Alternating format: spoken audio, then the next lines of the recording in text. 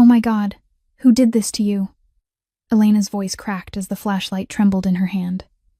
The narrow beam cut through the damp darkness and landed on a man collapsed on the concrete floor. Blood dried and fresh pooled beneath him like a dark halo. His white shirt was soaked crimson, torn open to reveal a gunshot wound in his shoulder and a deep gash across his ribs. His face was bruised beyond recognition, his breathing shallow, his skin pale as ash. Her heart hammered so hard she could hear it in her ears. The basement smelled of rust, mildew, and something metallic, something dying. This was supposed to be a simple cleaning job one afternoon in a vacant mansion on the quiet edge of South Boston. The realtor had smiled, casual as could be, empty for months, nothing but dust and cobwebs. Now there was a living man bleeding out in the shadows. She knelt despite herself, old instincts rising from a life she thought she'd buried 2 years of nursing school before Noah came, before Derek, before everything fell apart. She pressed her hands against the wound in his side, feeling the wet warmth seep through her fingers. He groaned, eyes fluttering open, gray eyes, cold and sharp, even through the haze of pain. "Don't," he rasped, grabbing her wrist with surprising strength. "Don't call anyone. You'll die if I don't help you. I'll die faster if you do." Elena's jaw tightened.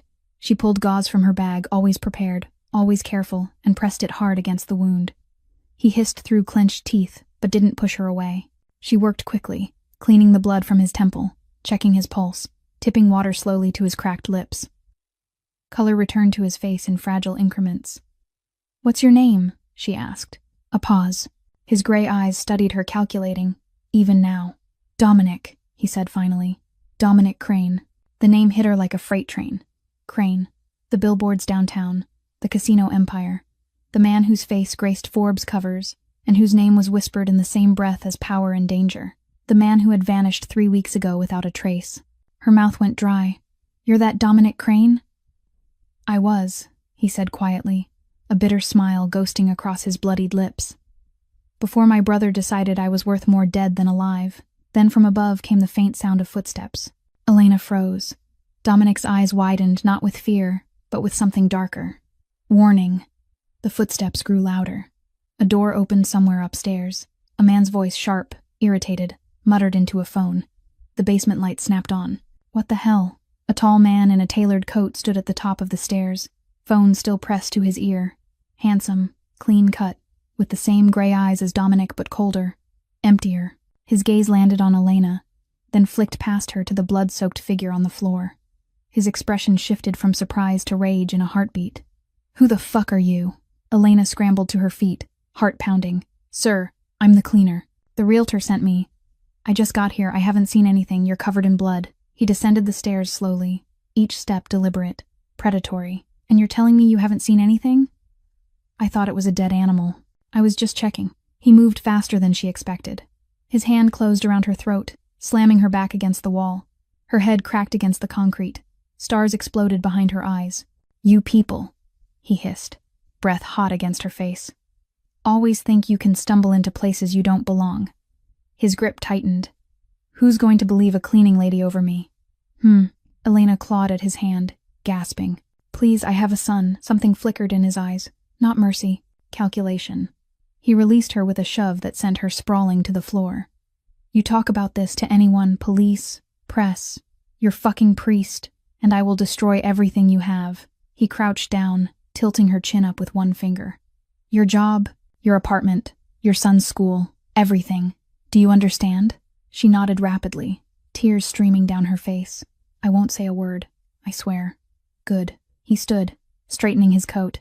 "Get out, and if I ever see your face again, you'll end up worse than him." Elena scrambled up the stairs, legs shaking, lungs burning. She burst through the front door and ran to her car, hands trembling so violently she dropped her keys twice. She didn't look back. She couldn't. But as she drove away, the image of Dominic's eyes followed her, gray and sharp, filled with pain and something else. Something that looked almost like hope. That night, after Noah was asleep, Elena sat on the edge of her bed, staring at the ceiling. Her throat still ached where Marcus had grabbed her. Her hands still smelled like blood, no matter how many times she washed them. His voice echoed in her mind. Low, broken. "Don't call anyone." He knew his brother would kill him. He knew no one was coming. And still, he hadn't begged, hadn't pleaded, just looked at her with those gray eyes like he'd already accepted his fate. Elena closed her eyes, knowing she should forget, knowing she should protect Noah above everything else, knowing that walking back into that house meant walking into a world she couldn't begin to understand. But she also knew with a certainty that settled heavy in her chest that she had been the one in the dark once. Bleeding, broken, praying for someone to come, and no one had. She couldn't be that person. She couldn't walk away and live with herself. Elena opened her eyes. Decision made. Tomorrow, she would go back. If Elena's courage gave you chills, hit that like button and drop a comment telling me where you're watching from. Share this story with someone who needs to hear it today. You never know whose life it might touch. And don't forget to subscribe so you won't miss what happens next. The next morning, Elena woke before the sun rose.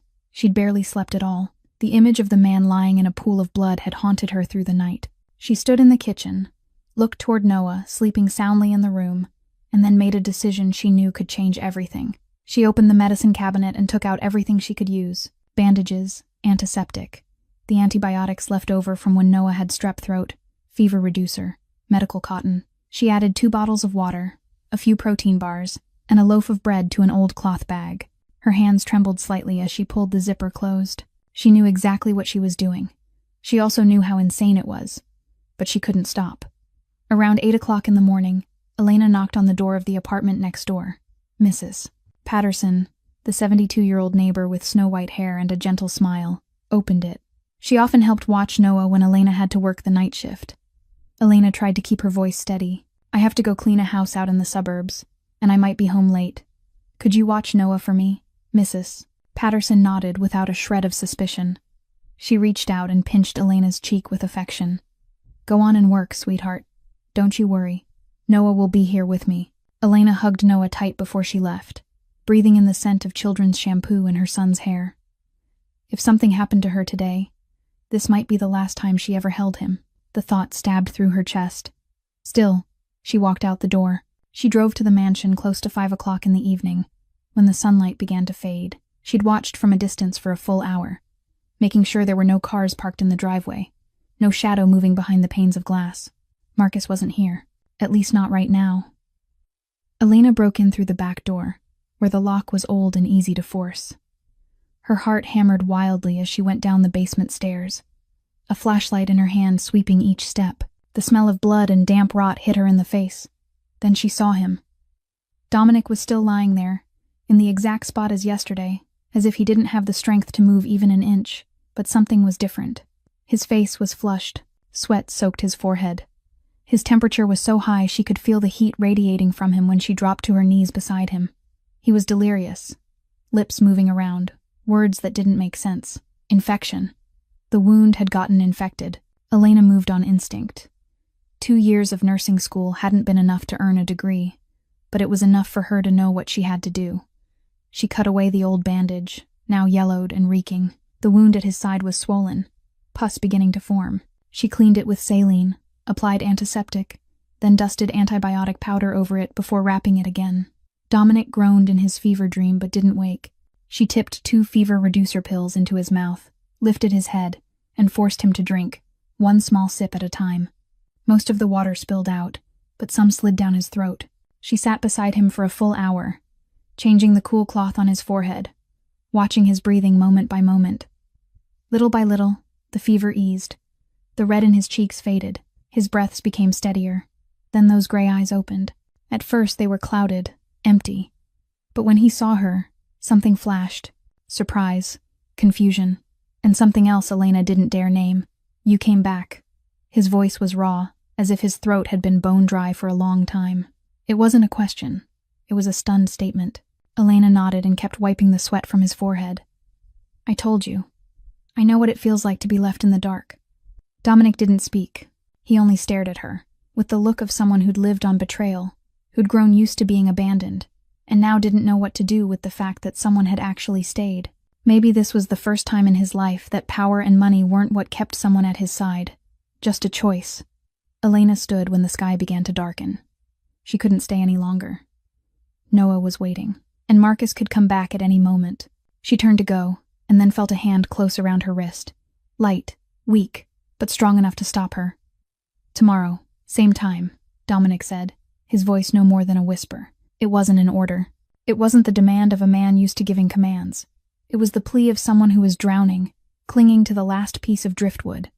Elena looked down at his hand on her wrist. Then she nodded. "Tomorrow," she said softly, and then she slipped her hand free and climbed the stairs, leaving the most powerful man in Boston alone in the dark. But this time, he knew someone would come back. And sometimes, just knowing that is enough to keep a person alive. On the third day, Elena realized Dominic was much better. The fever had broken completely, and his gray eyes were no longer glazed over, but sharp again, even if exhaustion still left its mark. He could sit with his back against the wall now, though every movement still made him wince with pain. Elena sat across from him on the cold concrete floor, changing the bandage on the wound along his ribs. She worked in silence, but hundreds of questions were twisting through her mind. Finally, she couldn't hold them back anymore. "Why?" she asked, her voice soft but strong enough to crack the stillness. "Why would your brother do that?" Dominic didn't answer right away. He stared up at the basement ceiling, where a lone bulb hung on a wire, long dead. When he finally spoke, his voice was low and distant, as if he were telling the story of someone else, not himself. "Marcus is my half-brother, same father, different mother," he said. "My father was a ruthless man. He beat Marcus's mother until she left. Then he married my mother. He treated me like a prince." And Marcus stood outside looking in. Always the bastard son, never good enough. Elena's hands stilled as she looked at him. "That wasn't your fault." Dominic gave a quiet laugh, bitter as ash. "No. But I never tried to change it either. I had everything. I didn't realize he had nothing." He fell silent for a moment, then went on. "That night, Marcus called me, said he wanted to meet, to talk about family business." His voice sounded sincere. I believed him. I went alone. I didn't bring anyone with me. It was the biggest mistake of my life.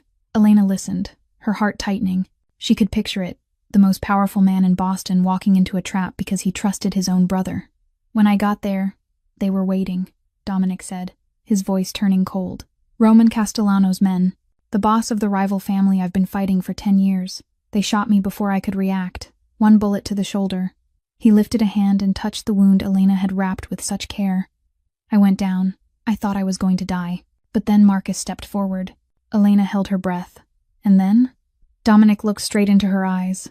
His gaze was empty, like he'd made peace with this pain a long time ago. He pulled out a knife, looked at me, then stabbed. He indicated the wound at his ribs. One strike, deep, but not deep enough to kill. He didn't have the nerve to finish me. He just stood there, watched me bleed, then ordered his people to drag me down here, to let me die slowly. Elena felt sick. That kind of cruelty went beyond anything she could have imagined. She knew this world was dark. She knew people could do horrific things to each other, but hearing a man describe being stabbed by his own brother still made her shiver. "The bullet was business," Dominic said, his voice calm in a way that was almost frightening. "But the knife? That was my brother's hand." And he still didn't have the courage to see it through. Silence settled over the basement. Elena didn't know what to say. She could only sit there, looking at the man in front of her with a new understanding. This wasn't only a mafia boss. This was a man betrayed by his own blood.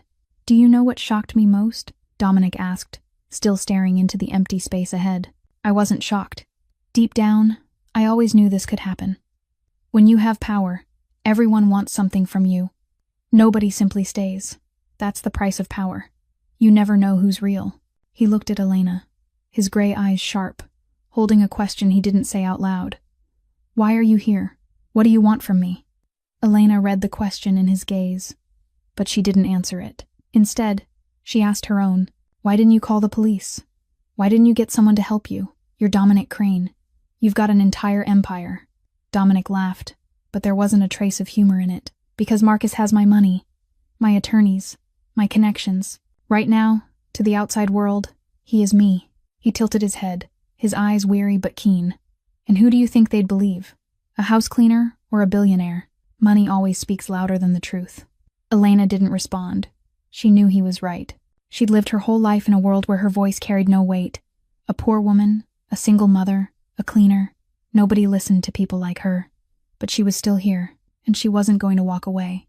On the 5th day, Elena arrived at the mansion in the late afternoon.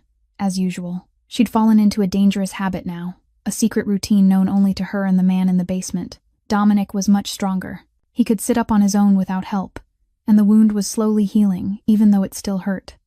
Elena was changing his bandage, her hands quick and sure after days of practice, when she heard it, the sound of a car engine, tires grinding over gravel, a car door slamming shut. The blood in her veins turned to ice. Dominic reacted instantly, his eyes sharpening. He's back early. Hide. Now. Elena didn't need to be told twice. She grabbed the medical bag in a panic and shoved it beneath an old tarp in the corner of the basement. Then she looked around, frantic for somewhere to disappear. The stack of cardboard boxes.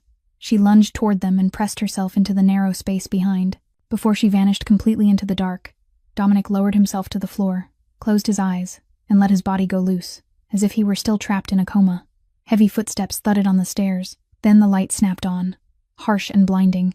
Elena watched through a slit between the boxes, her heart beating like it wanted to tear out of her chest.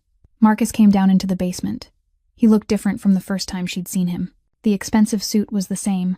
The cold posture was the same. But now there was something smug in the way he moved. Like he'd won. Like everything was unfolding exactly the way he'd planned. He walked straight to where Dominic lay. He looked down at his brother with open contempt. Then he kicked. Hard. Right into Dominic's ribs. Right where the wound was. Dominic didn't react, even though Elena knew that kick had to hurt beyond words. He stayed perfectly still, breathing evenly like a man lost in a deep, unbroken stupor. Marcus spat on his brother. Pathetic, he sneered. The king of Boston. Look at you now. His phone rang. He answered, and his voice changed completely, becoming smooth, almost respectful. Roman. Yes, everything's ready. The transfer meeting will happen in 5 days. He glanced down at Dominic. He'll be dead before then. Nobody's coming to save him. Elena forced herself not to breathe. She pressed deeper into the darkness, praying he wouldn't turn his head in her direction. But then Marcus paused. He drew a long breath in, his nose wrinkling. There's a smell, he said into the phone, his tone turning suddenly sharp. Hold on. He scanned the basement, eyes sweeping every shadowed corner. Cheap soap. Someone's been here. Elena's heart nearly exploded. Soap. She'd used cheap soap at home that morning. The scent was still on her skin. In her hair. Marcus started to circle the basement, his steps slow and deliberate. He was hunting. Elena held her breath, flattening her back to the wall, her body shaking in a way she couldn't control. His footsteps came closer, closer still. Then he stopped, right in front of the boxes where she was hiding. Elena shut her eyes. She could hear his breathing, could feel his presence only a few steps away. This is it, she thought. Noah, her son. She was never going to see him again.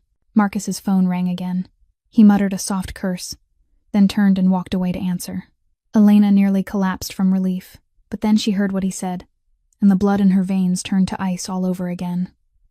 Yeah, run that name again for me. Elena Vance, 127 Maple Street, apartment 4B. She's got a kid at Jefferson Elementary. Name's Noah, 6 years old. He paused, listening. Then he gave a cold laugh. Not yet. No need to do anything fast. It's just insurance. But if someone's poking around out here, you start with the kid.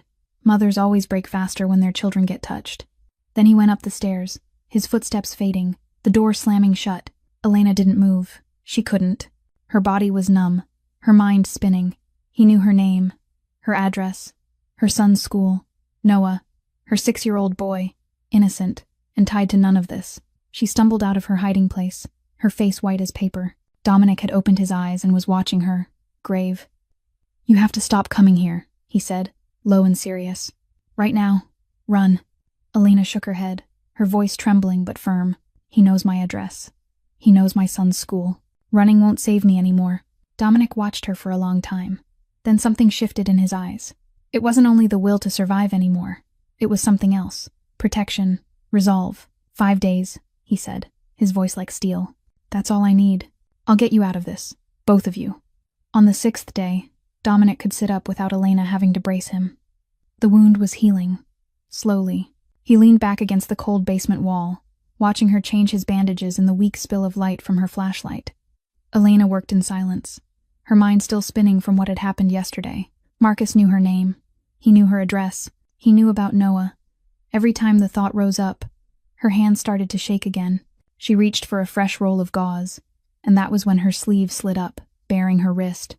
Dominic saw it. Faint scars, old but still there. Parallel marks, not something she'd done to herself, but the lingering evidence of being tied up, yanked around, held so tightly the skin had bruised and split. Elena realized he was looking. She yanked her sleeve down, but it was too late. She waited for the question, waited for judgment. But Dominic didn't ask. He just stayed silent, gray eyes deep, fixed on her with something that looked like understanding. And that silence made Elena want to speak. "I got married when I was 19, she heard herself say, as if someone else were speaking through her, to a man named Derek. I thought it was love. It turned out to be hell." Dominic still didn't speak. He only listened. 3 years, she went on, her voice flat, like she was describing another woman's life. 3 years I lived in fear. Every day I wondered what I'd do wrong today. What I'd get hit for today. She looked down at her wrist. "I ran when I found out I was pregnant. Not because I was brave. Because I couldn't let my child grow up in that. Derek came after me. He was drunk, driving like a maniac. Then there was an accident. He died." She lifted her eyes to Dominic. "I didn't save myself. I just survived long enough for fate to handle it." Dominic was quiet for a long time. The basement was so still Elena could hear her own heartbeat. Then he spoke, his voice low and far away. "When I was 12, Marcus was 8. My father beat him with a belt because he broke a vase." Elena looked at him. This wasn't a mafia boss anymore. This was a boy who'd never forgiven himself. "I hid in my room," Dominic continued, staring into nothing. "I could hear him screaming, each lash, each plea, and I did nothing. I just covered my ears and waited until it went quiet." His voice trembled slightly. "I told myself I'd make it up to him. I gave him money, position, everything. But I never gave him what he actually wanted." "What was that?" Elena asked softly. "To be seen as an equal." Dominic gave a small laugh, bitter as bile. "Not charity. Not a little brother who only got leftovers. Equality." He shook his head. "Instead, I gave him reasons to hate me while pretending I was being generous." "That doesn't excuse what he did," Elena said, her voice firm. "No," Dominic said, "but it explains it, and I have to live with my share of responsibility." Silence settled over them again. Two people with different wounds, but the same kind of pain. Both of them victims, both carrying guilt that was never theirs to begin with. Then Dominic reached out, slowly, gently. His fingers touched Elena's throat. Where the bruise Marcus had left was still dark against her skin. She flinched, but she didn't pull away. He didn't say a word. He only left his fingers there, feeling the trace of violence his brother had laid on her. In those gray eyes, Elena saw a quiet, smoldering rage. Not at her, at Marcus, at himself for letting this happen. "You're not a victim," Dominic said, his voice low and certain. "You're a survivor. There's a difference." Elena looked at him. The man in front of her had changed in her eyes. He wasn't Dominic Crane anymore, Boston's terrifying mafia boss. He wasn't the man the rumors said could kill without blinking. He was just a man with scars no one could see. A man trying to make amends for mistakes that were already too late to fix. A man who, like her, was searching for a way out of his own past. That afternoon, before Elena left, Dominic called her back. He slid a silver ring off his finger and held it out to her. The ring was heavier than Elena expected, and on the inside were 2 engraved initials. D.C. "You need to find someone," Dominic said, his tone grave. "His name is Jimmy, James Chen. He's the only person I trust completely. If there's anyone who can help us, it's him."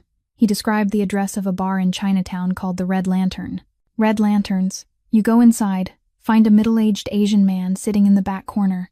Tell him the old man sends his regards, then give him this ring." Elena nodded and slipped the ring into her coat pocket. She didn't ask why Dominic couldn't reach out himself. She already knew the answer. He couldn't trust anyone in his organization anymore. Marcus had taken control. Any call could be monitored. Any message could be a trap. Only the direct presence of an outsider, someone no one would suspect, could break the siege. That night, Elena knocked on Mrs. Patterson's apartment door. The elderly neighbor opened it with her familiar smile. "I have to work the night shift," Elena said, trying to keep her voice steady even as her heart raced. "Could you watch Noah for me?"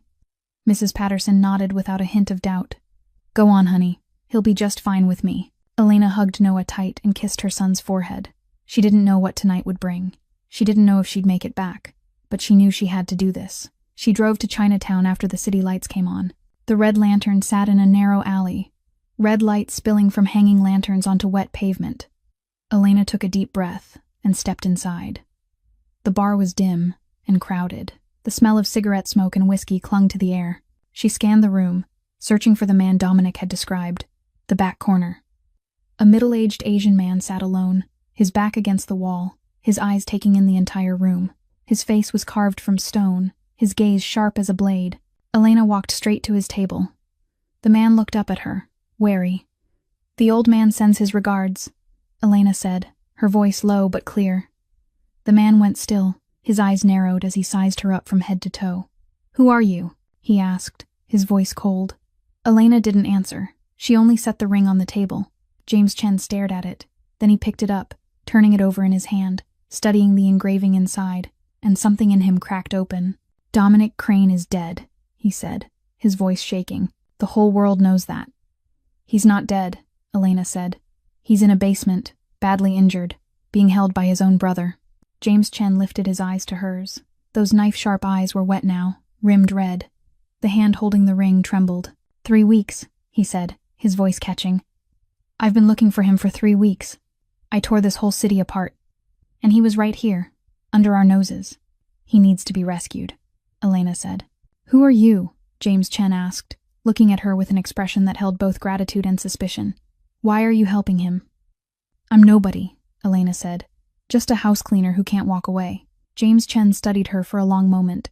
Then he nodded, his gaze softening. "That's not nobody," he said.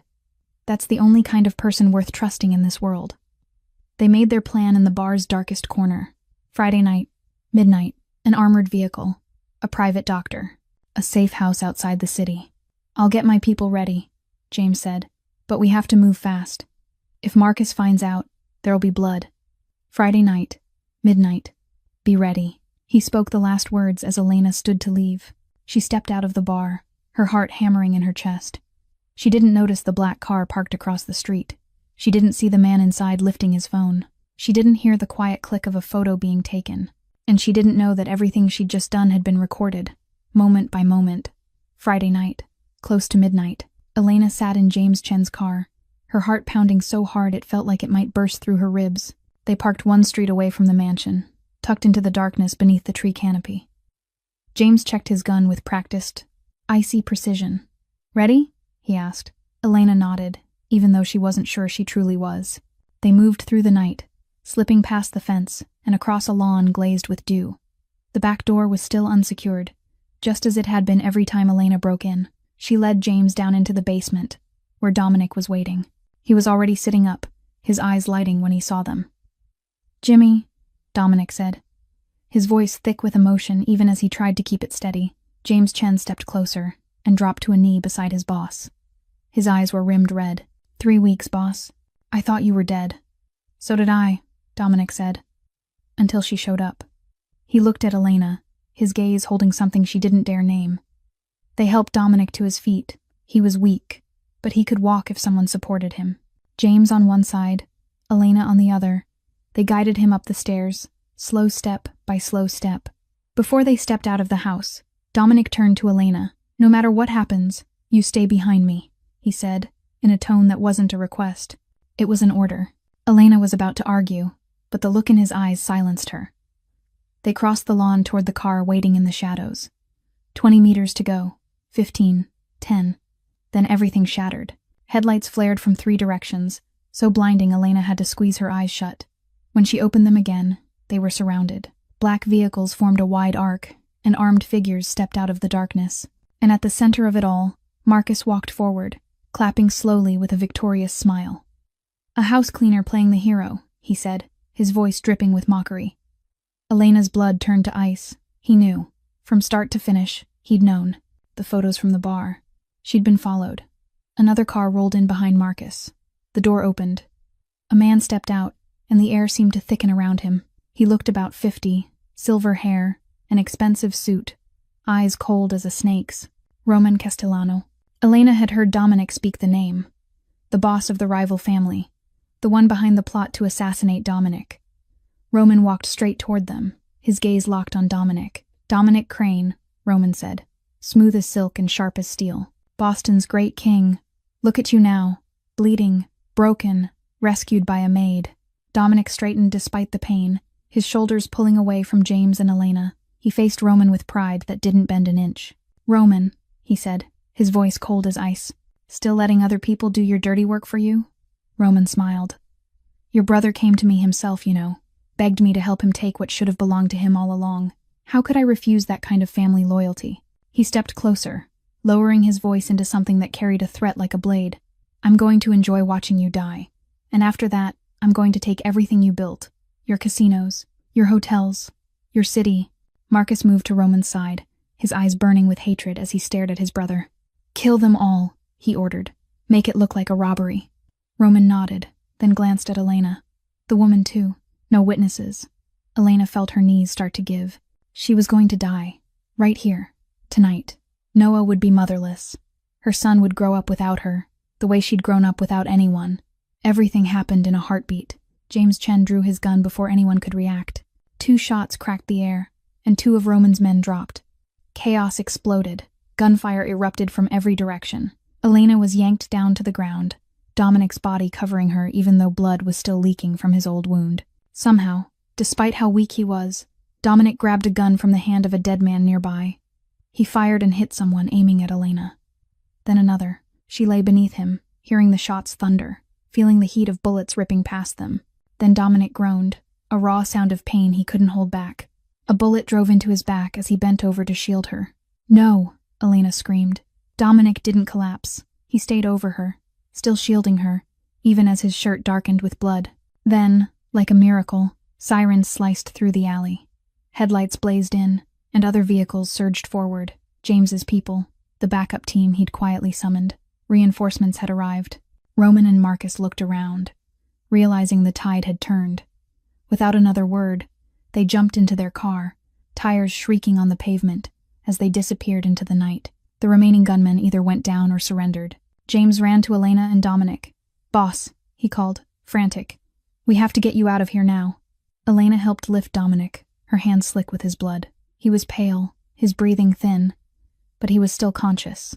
"Stay with me," she said, her voice shaking. "Don't you dare die. You hear me?" Dominic looked at her, a faint smile on his blood-smeared lips. "Not yet," he whispered. "I still haven't taken you out to dinner." The wooden cabin sat deep in the outskirts forest, nearly 2 hours from the city by car. All around it, there were only trees and darkness, not a single neighboring light because there simply were no neighbors at all. This was the secret hideout James Chen had prepared years ago for situations like this. They carried Dominic inside and laid him on the bed in the main bedroom. He'd passed out on the drive, having lost too much blood. His face was white as paper, his lips drained of color, his breathing so faint Elena had to lean close just to feel it. The organization's private doctor arrived only 20 minutes later. An older man with steady hands and eyes that didn't waver. He ushered Elena out of the room, shut the door, and began surgery right there on the oak bed. Elena sat in the hallway with her back against the wall, eyes fixed on the ceiling. Her hands were still smeared with Dominic's blood, dried and crusted against her skin. She didn't bother to wash them. She couldn't do anything except sit there and wait. James Chen sat a few steps away, his shoulder bandaged too, a bullet having grazed his arm in the gunfight. He didn't speak. He just sat there, silent, waiting the way she was.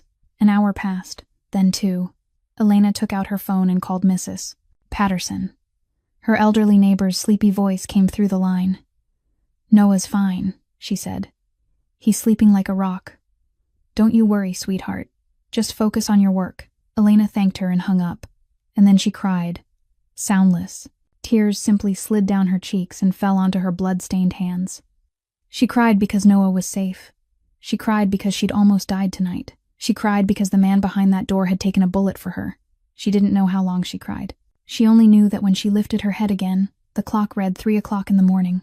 The bedroom door opened. The doctor stepped out, sweat soaking his brow, but his expression had softened. "He's out of the danger zone," he said. "The bullet didn't hit any vital organs. He needs rest, but he'll live." The doctor paused, then looked at Elena. "He wants to see you." Elena stood, her legs trembling as she stepped into the room. Dominic lay on the bed, white bandages wrapped around his chest, his face still pale, but his gray eyes were open. He watched her come in, and something flickered in those tired eyes, a small thread of light. Elena sat on the edge of the bed and looked at him. "You almost died because of me," she said, her voice shaking. "You almost died because of me," Dominic replied, his voice rough and weak. Twice now. Silence settled over them. The room held only Dominic's shallow breathing and the wind slipping through the window crack. Then he spoke again, his voice no more than a whisper. "I've never said this to anyone," he said. "When my father died, I didn't cry. I felt relieved. He was a cruel man, Elena. To Marcus's mother, to Marcus, to everyone except my mother and me." Dominic paused. "I built this empire thinking I was different from him, better than him. But I'm not, am I? I've hurt people. I let Marcus become what he is now because I was too busy being king to be a brother." His eyes shone. Not quite tears, because Dominic Crane didn't cry, but close. "You asked why I didn't want you to call anyone to rescue me," he went on. "The truth is, I thought I deserved to die in that basement, like payment for everything I've done." Elena took his hand, her small hand in his, but she held on tight, as if she could pour strength into him through her skin. "Then why did you fight?" she asked softly. Dominic looked at her, gray eyes deep and steady.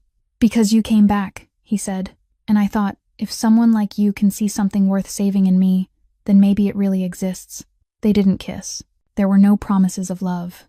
There was nothing but Elena's hand holding Dominic's. She stayed there beside him until those gray eyes drifted shut and his breathing evened out. For the first time in his life, Dominic Crane didn't sleep alone. James Chen stood outside the door, watching through the narrow crack. He saw Elena sitting by the bed, holding his boss's hand. And for the first time in 3 long, brutal weeks, he smiled. Maybe the boss had finally found something more valuable than power. 2 days later, Dominic could walk on his own.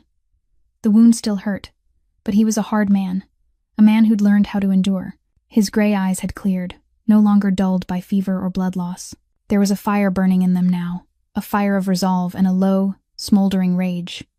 Elena knew her apartment wasn't safe anymore. Marcus knew the address. He knew about Noah. She couldn't leave her son there for even one more day. So, with James Chen's help, she quietly brought Noah to the cabin. Mrs. Patterson was told Elena had to take her boy to visit relatives out in the suburbs for a few days. The elderly neighbor didn't press for details, only wished mother and son peace and safety. When Noah stepped into the cabin, his eyes widened with curiosity. Then he saw Dominic, a tall man with white bandages wrapped around his chest, a stern face, cold gray eyes. Noah took a step back and hid behind his mother's leg. Dominic caught the fear in the boy's eyes.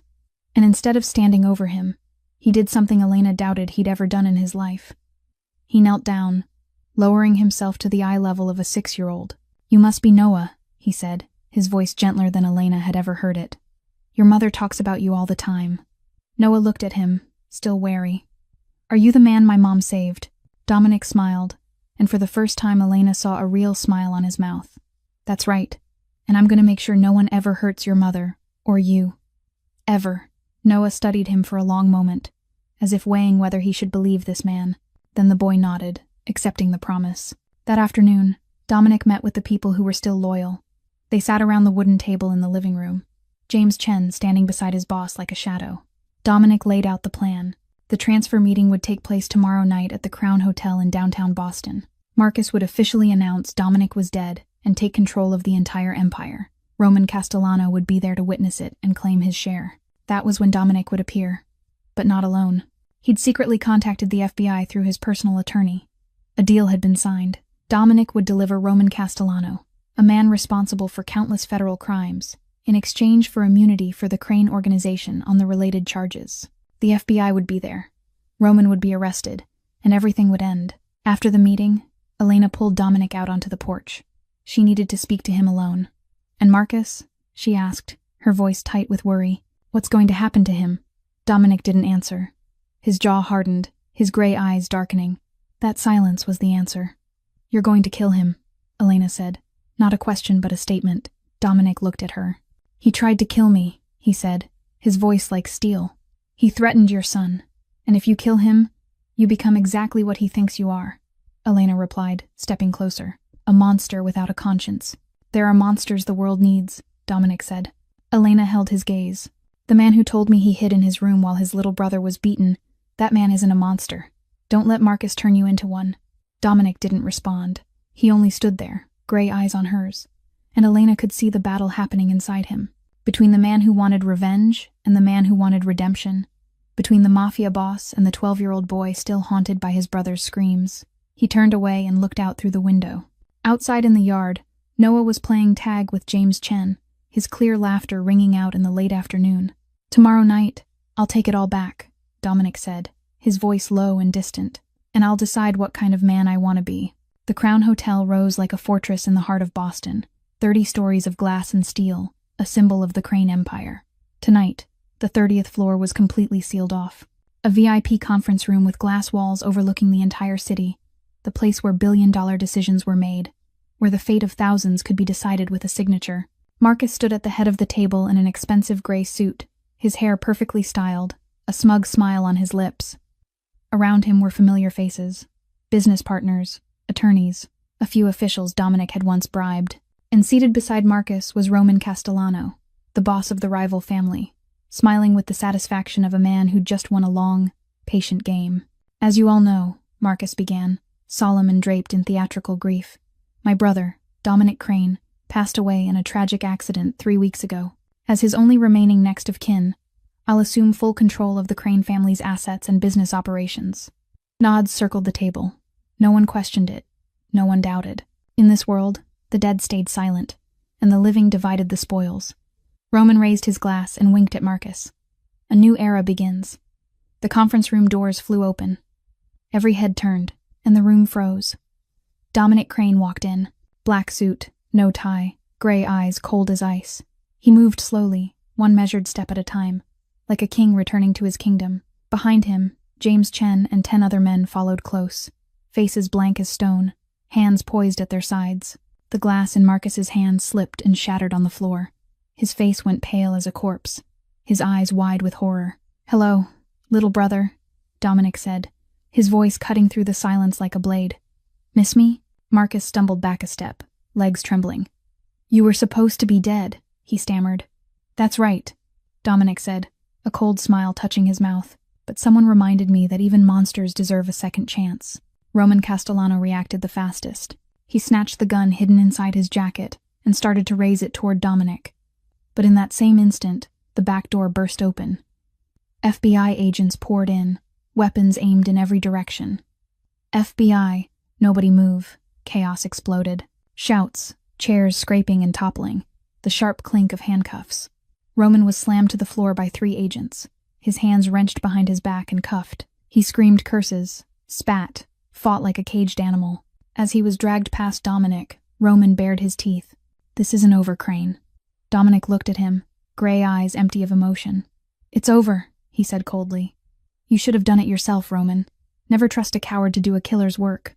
Roman was hauled away, his curses echoing down the hallway until they faded into nothing. The room began to empty. The business partners were escorted out for questioning. The attorneys shook. The corrupt officials went gray as ash. Dominic drove everyone out, even the FBI, even James Chen. "Give me 5 minutes," he said. "With my brother." The room was completely empty.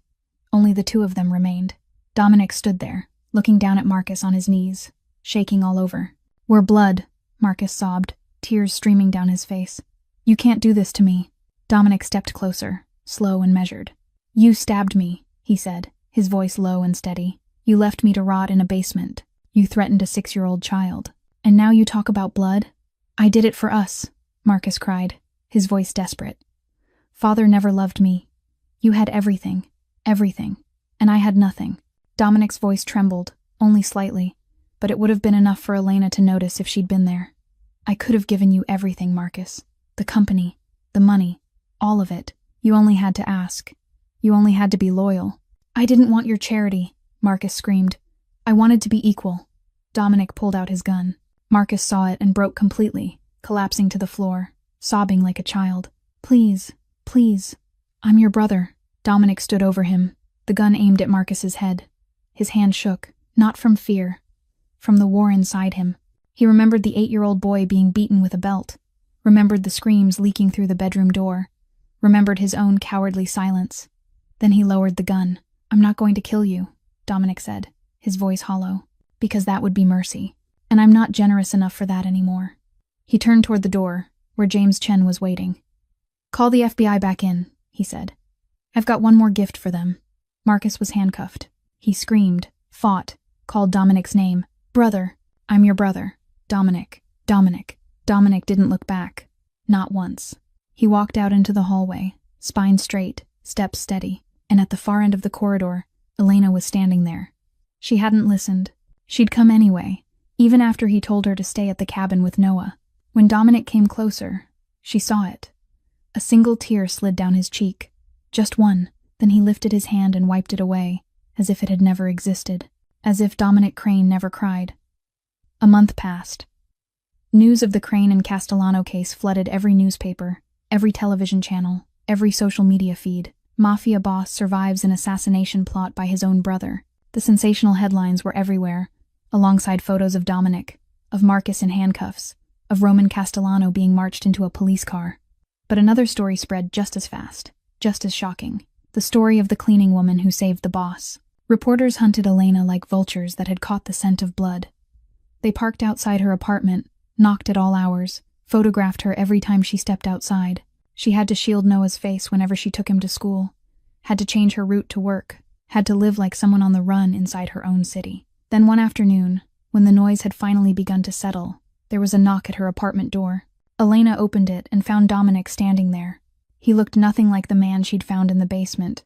The same familiar black suit, but no blood, no bruises. His gray eyes were still sharp and cold, but there was something softer in them when they landed on her. He carried an envelope. She didn't invite him in. He didn't need an invitation. He stepped over the threshold and stood in the middle of her small apartment, with its worn walls and cheap furniture, like a king who'd wandered into a commoner's hut. He held the envelope out to her. Elena opened it. Inside was a check for $2 million, the deed to a house in the suburbs, and a scholarship file that would cover Noah all the way through college. Her hands began to shake. She pushed the envelope back toward him. "I didn't do it for these things," she said, her voice firm. "I know," Dominic said. "That's exactly why I want to give them to you. Not as payment, as a door." Elena looked at him, suspicion filling her eyes. "People like me don't get doors, Dominic. We only get walls." "Then let me knock one wall down," he said, his voice low and sincere. "Not because you saved me, because you deserve it. Because Noah deserves a chance I never had, to grow up without being afraid." Elena fell silent, staring at the papers in her hands. Then she lifted her head and met his gaze. "Why me?" she asked. "You could have anyone. Models, actresses, women who fit your world." Dominic stepped closer. "Because they'd want my money, my power, my name. And you don't want any of it. So what do you want?" Elena asked, her voice barely more than a whisper. "I want you to live," Dominic said, his voice softening. "You saw me bleeding on that concrete floor, broken, betrayed, dying, and you came back. Not for a reward, not for fame. You came back because you couldn't leave a stranger in the dark." He took her hand. "I've had people fear me, use me, worship me, but you're the first person who simply cared. Do you know how rare that is? Do you know what it's worth?" Elena's eyes shimmered. "I'm just a cleaner, Dominic. A single mother with nothing." "You're wrong," he said, gently lifting her chin. "You're the richest person I know. Because you've got something money can't buy." "What is it?" "A heart that doesn't turn away." Silence filled the small room. Dominic didn't kiss her. There was no dramatic declaration. He only said, his voice gentle in a way it had never been before, "I'm not asking for anything. I just want to be here. For you, for Noah, whatever you're comfortable with." Elena looked at him. The most powerful man in Boston standing in her cheap apartment, gray eyes waiting for an answer she had every right to refuse. "One step at a time," she said at last. "But yes, stay." Dominic smiled. For the first time, Elena saw him smile without restraint, without hiding, without armor. Just a real smile that lit up those cold gray eyes. The bedroom door burst open. Noah ran out, bright-eyed. "Mom," he shouted. "Is that the man you saved? Can he stay for dinner?" 6 months later, the federal trial took place in the Boston courthouse. The whole country was watching, with hundreds of reporters packed outside the building, cameras pointed in every direction. Marcus Crane was charged with conspiracy to commit murder, money laundering, and colluding with an armed criminal organization. Roman Castellano had been tried separately in an earlier case, sentenced to life without parole for a long list of federal crimes accumulated over 3 decades. Now it was Marcus's turn. He sat at the defense table, his expensive suit still crisp, but his eyes empty and worn. 6 months in detention had changed him. The smug arrogance was gone. All that remained was a man waiting for judgment. Elena was called as a witness on the afternoon of the trial's third day. She stepped up to the stand, swore to tell the truth, then sat in the chair facing the jury. Her heart was racing, but her expression stayed calm. She'd prepared for this moment. She'd known it was coming. Marcus's attorney was a middle-aged man in a three-piece suit, with eyes sharp as a knife. He stood and approached Elena with a courteous smile she knew was fake. "Miss Vance," he began, his tone sweet. "You work as a cleaner, correct? No license. You don't pay your taxes in full, correct?"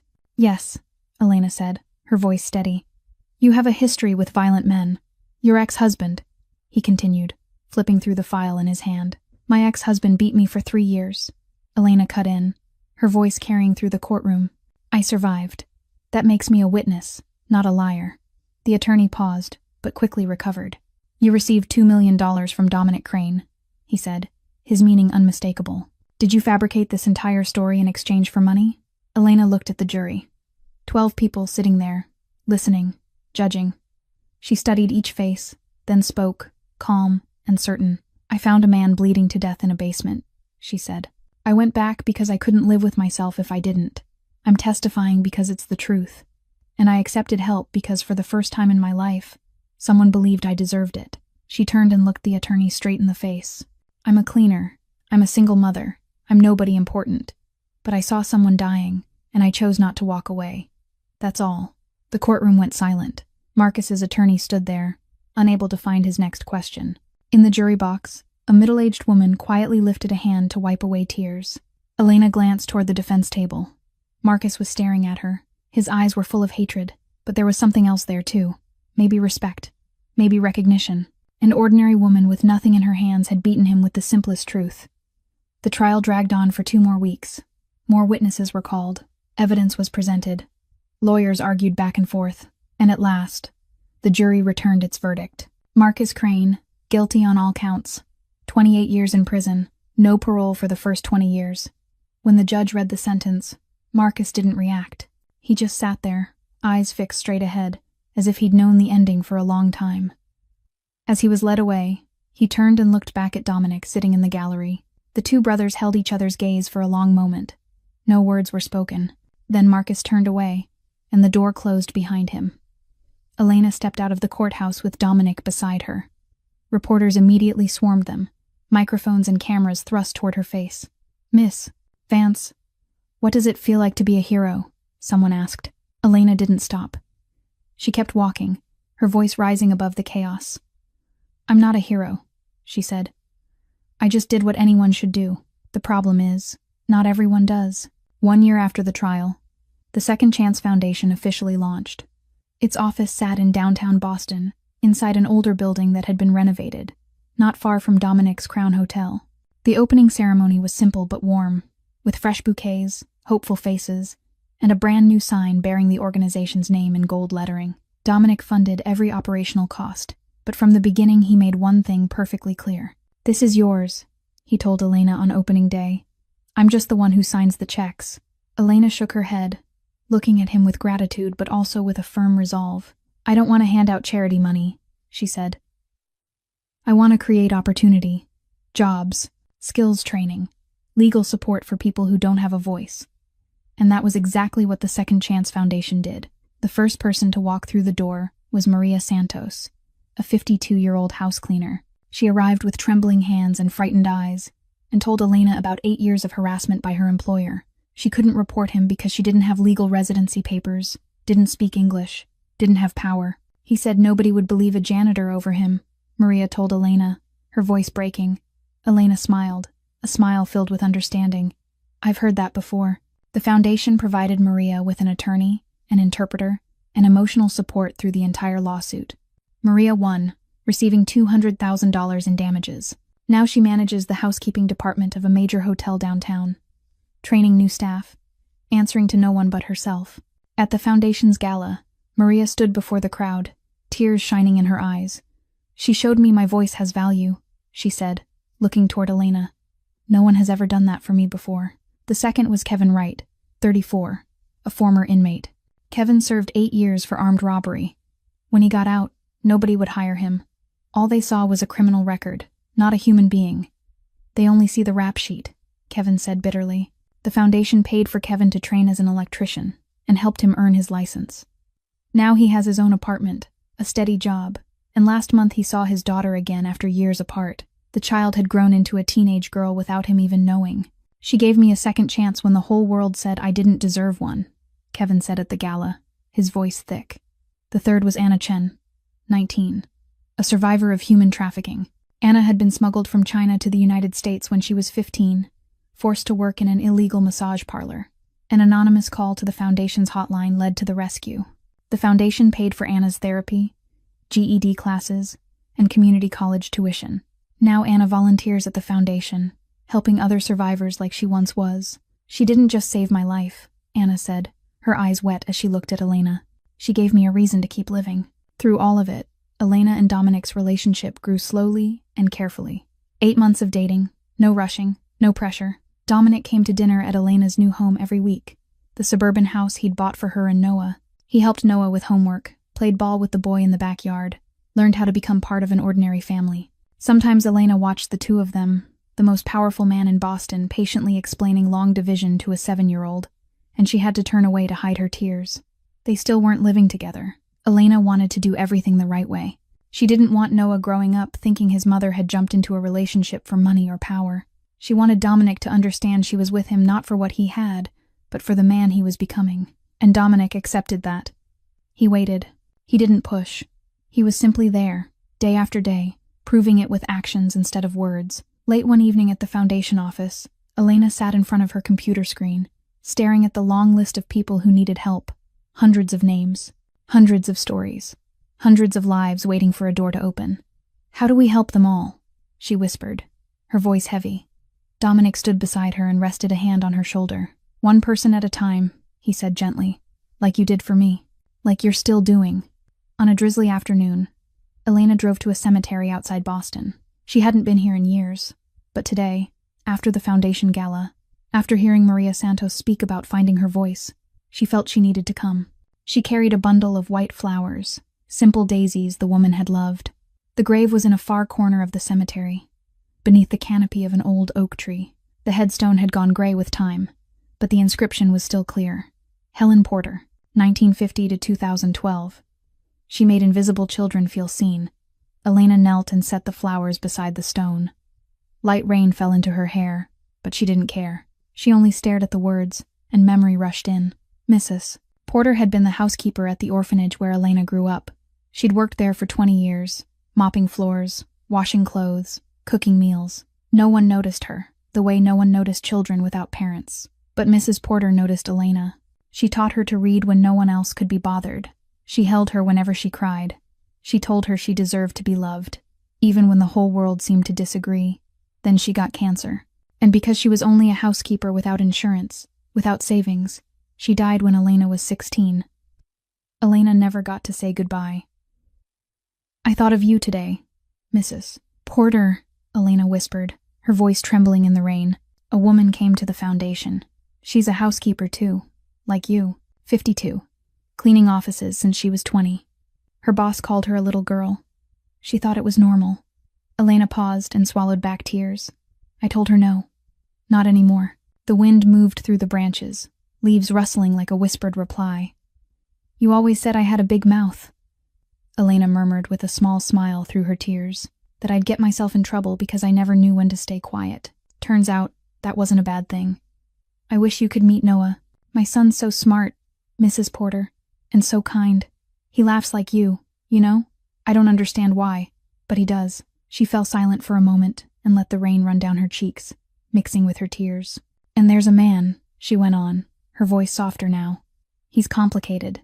Dangerous too, maybe. But he looks at me like I matter, not like a housekeeper, or a victim, or someone being handed scraps. Just me. Elena let out a choked little laugh. I think you'd like him, or you'd smack him with a broom and tell him he'd better treat me right. Maybe both. She stood, looking at the headstone one last time. I'm trying to do what you did, she said. Make invisible people feel seen. I hope you're proud of me. Elena walked away in the soft rain, no umbrella, letting each drop fall freely. For the first time in her life, she didn't feel alone. She carried Mrs. Porter with her, in every person she helped, in every voice she lifted up. 3 years after that rainy afternoon at the cemetery, the Second Chance Foundation held its 2-year anniversary celebration in a large hall in downtown Boston. Hundreds of people came, not only donors and officials, but also those the foundation had helped, the volunteers, the people who believed in its mission. The hall overflowed with light and laughter, fresh bouquets placed everywhere, and a large banner hung above the stage that read, 2 years, hundreds of lives, countless second chances. Maria Santos spoke first. She stood on stage in a new dress, confident and radiant, and told the story of her journey from a harassed housekeeper to a respected hotel manager. "My voice has value," she said, her words ringing through the hall. "Elena taught me that." Kevin Wright came next, speaking about 8 years in prison and the stigma waiting for him when he returned to society. He held up a photo of his daughter, the little girl now 12, and calling him Dad. "She gave me a chance when nobody else would," Kevin said, his eyes shining red. Anna Chen, now 22, and in her final year of college, spoke about being pulled out of the hell of trafficking. "She didn't just save my life," Anna said, looking toward Elena in the front row. "She gave me a reason to live." The mayor of Boston stepped onto the stage and presented the foundation with a commendation for outstanding service to the community. Elena accepted the plaque with a humble smile, and she thought of Mrs. Porter, of the woman who'd taught her that invisible people deserve to be seen. Then it was Noah's turn. The 9-year-old walked onto the stage, a little shaky with nerves, but his eyes bright with determination. Elena didn't know what her son was going to say. He'd asked to prepare the speech himself. "My mom taught me that one person can make a difference," Noah began, his clear voice carrying through the hall. "My mom isn't a superhero. She doesn't have superpowers or a cape. She just didn't look away when someone needed help." He paused and looked down at his mother. "Some kids at school asked me why my mom was on TV. I told them it's because my mom is brave. Not the loud kind of brave, the quiet kind, the kind that shows up even when you're scared." Noah smiled. "And that's better than any superhero I know." The hall went silent for a beat. Then people rose to their feet, applause crashing like thunder. Elena cried, tears streaming down her cheeks, not even bothering to wipe them away. This was a moment she'd never dared to dream of. After the ceremony, when most of the guests had gone, Elena and Noah sat on the steps outside the hall, watching people pass in the amber light of sunset. "Mom?" Noah asked, his voice thoughtful. "Do people remember us, after we're gone?" Elena pulled her son into her arms and kissed the top of his head. "Maybe they do. Maybe they don't," she said gently. "But that isn't what matters, sweetheart." "Then what matters?" Noah looked up at her. "What matters is what we do when nobody's watching," Elena said, her voice warm and sure. "Standing up even when you're afraid. Being kind even when it's hard. Mrs. Porter, the woman who raised me, she was never famous. Nobody wrote books about her. But she changed my life. And now I try to change other people's lives. And they'll change more people too." She smiled. "It's like throwing a stone into a pond. The ripples keep spreading even after the stone sinks." Noah thought about it for a moment. "So we just pass it on?" Elena nodded, her eyes shining. "That's right, honey. We pass it on." Footsteps sounded behind them. Dominic came and sat beside them, holding out a cup of ice cream to Noah. The boy lit up and took it. "What are you two talking about?" Dominic asked, looking from Noah to Elena. "Ripples, Dad." Noah answered around a lick of ice cream. "We're talking about ripples." Dominic looked at Elena, confused. Elena laughed and rested her head on his shoulder. "He'll explain later." They had married 6 months earlier. A simple ceremony at City Hall with only Noah, James Chen, and Mrs. Patterson there. No reporters, no noise, just them and the people they loved most. Noah had started calling Dominic Dad the day of the wedding, and it brought tears to both adults' eyes. The three of them sat there on the steps, watching the sunset paint the Boston sky red. The most powerful man in the city, the woman who once had nothing, and the little boy eating ice cream with an innocent smile. A family Elena had never dared to dream of. The night after the anniversary, the penthouse on the top floor looked out over Boston, glittering under a sea of lights. Noah was fast asleep in his room, worn out after a long day, heavy with feeling. Elena stood alone on the balcony, letting the night wind move through her hair as she watched the city below like a carpet of light stretching all the way to the horizon. Dominic stepped out and came to stand beside her. He didn't say anything at first, just stayed there, warm and steady, like a rock she could lean on. "Do you ever regret it?" Dominic asked after a stretch of silence. "Going into that basement?" Elena thought. She remembered the fear, the blood, the nights she couldn't sleep. Marcus's hand tightening around her throat. The trial. The camera lenses pointed at her face everywhere she went. "No," she said, her voice certain. "Not for a second." "Why?" "Because I found a father for Noah. I found a purpose. But most of all," she turned and looked at him, "I found my voice again. And I didn't even know I'd lost it." In Elena's mind, images slid past like a film reel. The dark basement, the bloodied man on the concrete floor, the decision to go back even knowing she might die, Marcus's cold voice reading out Noah's name and address, gunfire in the night, Dominic shielding her with his own body, standing before the jury, telling the truth while the attorney tried to smear her. Maria, Kevin, Anna, the grateful faces at the gala, Mrs. Porter's grave in the rain, Noah talking about ripples spreading outward. Elena had once believed courage belonged to other people, people with money, with power, with education, people who mattered. But courage wasn't loud. It didn't need a stage or an audience. Courage was steady. It was showing up when you were shaking with fear.